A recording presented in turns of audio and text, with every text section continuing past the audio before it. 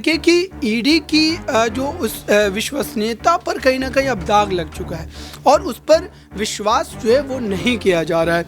अगर अरविंद केजरीवाल जो है ईडी के सामने पेशी नहीं देते हैं तो ईडी वाकई अगर सबूत या फिर उस तरीके के ठोस उनके पास कोई चीज़ ऐसी मौजूद है तो जाहिर सी बात है कि कोर्ट के सामने दिखाने पर कोर्ट से उनको इस बात की भी अनुमति मिल सकती है गिरफ्तारी को। हालांकि मामला पेचीदा ज़रूर है, किसी भी नेता पर जो है ईडी या फिर कोई भी कानूनी दाव पेच में वो जब फंसते नजर आते हैं तो पत्नी या फिर परिवार के किसी व्यक्ति को जो है सीएम पद सौंपना या फिर अध्यक्ष पद सौंपना है।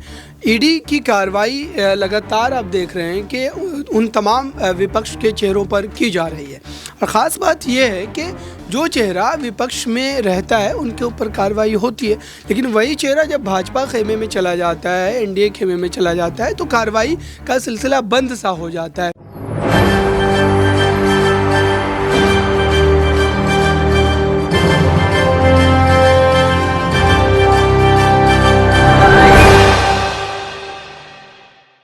बिहार में आरजेडी प्रमुख लालू प्रसाद यादव की बात करें तो वो भी इसी कवायद में देखे गए थे। जब चारा घोटाले आरोप में जब पाए गए उसके बाद अपनी ही पत्नी को मुख्यमंत्री बनाने की होड़ में नजर आए और बनाया भी। झारखंड में भी यही कवायद चल रही है, क्या दिल्ली में भी यही चीजें देखने को मिलेगी? अबरार मेरे साथ मौजूद हैं, जानने की कोशिश करेंगे कि कुछ वक्त पहले भी यही चर्चाएं देखने को मिली थी कि अगर अरविंद केजरीवाल गिरफ्तार हो जाते हैं तो अपनी पत्नी को सीएम कुर्सी सौंपते हुए नजर आएंगे। क्या इस बात में सच्चाई नजर आती है? क्योंकि 3 राज्य अब यहाँ पर आप देख लिए, झारखंड, बिहार और अब दिल्ली।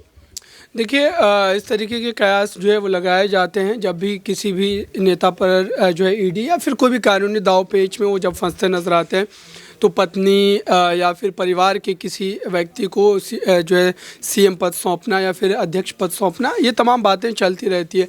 कुल मिलाकर के मामला ये है कि ईडी की इन तमाम कार्रवाइयों को लेकर के जो यहाँ पर काफ़ी ज़्यादा चर्चा हो रही है। ईडी की कार्रवाई लगातार आप देख रहे हैं कि उन तमाम विपक्ष के चेहरों पर की जा रही है और ख़ास बात यह है कि जो चेहरा विपक्ष में रहता है उनके ऊपर कार्रवाई होती है, लेकिन वही चेहरा जब भाजपा खेमे में चला जाता है, एनडीए खेमे में चला जाता है तो कार्रवाई का सिलसिला बंद सा हो जाता है।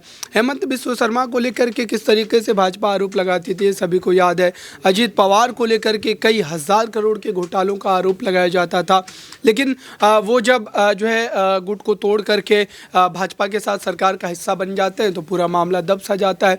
तो अब देखिए कि ईडी की जो उस विश्वसनीयता पर कहीं ना कहीं अब दाग लग चुका है और उस पर विश्वास जो है वो नहीं किया जा रहा है।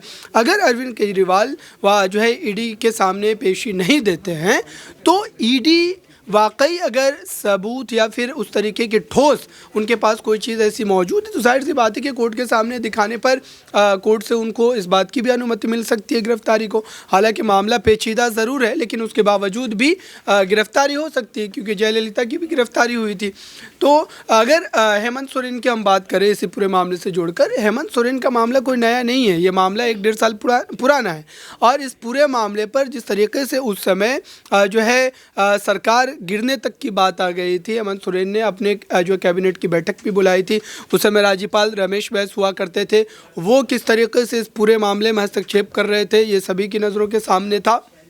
तो मुद्दा ये है कि आखिरकार ये जो कार्रवाइयों का सिलसिला चलता है वो विपक्ष के खिलाफ धड़ल्ले से चल रहा है।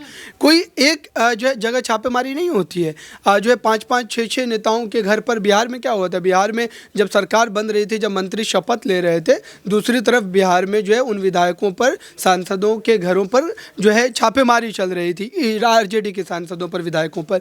तो ये खेल समझ में आता है पूरी तरीके से कि और विपक्ष जिस ढंग से इस पूरे मामले पर लगातार ये कह रहा है कि ईडी के दबाव में वो फंसने वाले नहीं हैं, ईडी की इन कार्रवाइयों से वो डरने वाले नहीं हैं, तो इसके पीछे कोई वजह होगी, कोई कारण होगा। मुझे लगता है कि अभी तक ईडी ने जितनी भी कार्रवाई की उन कार्रवाइयों में बहुत सारी ऐसी कार्रवाई रही जिसमें चार्जशीट दाखिल नहीं की गई, मात्र ये मामला चला और फिर उसके बाद चलता ही रहा या फिर ख़त्म हो गया।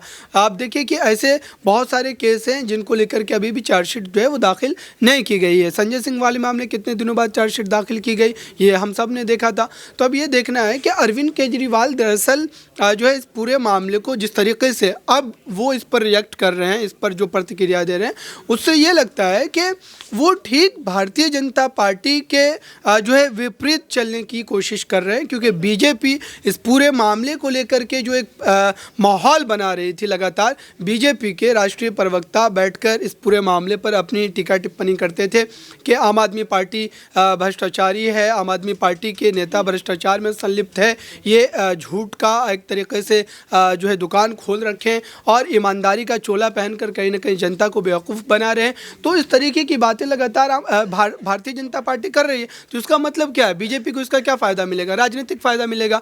तो अब खुद अरविंद केजरीवाल इस बात को समझ करके जो है मैं भी केजरीवाल और इस तरीके की जो तमाम जनसंवाद यात्रा जो निकाल रहे हैं वो आप ये बिल्कुल उसके खिलाफ जो है कहीं ना कहीं एक रिएक्ट है।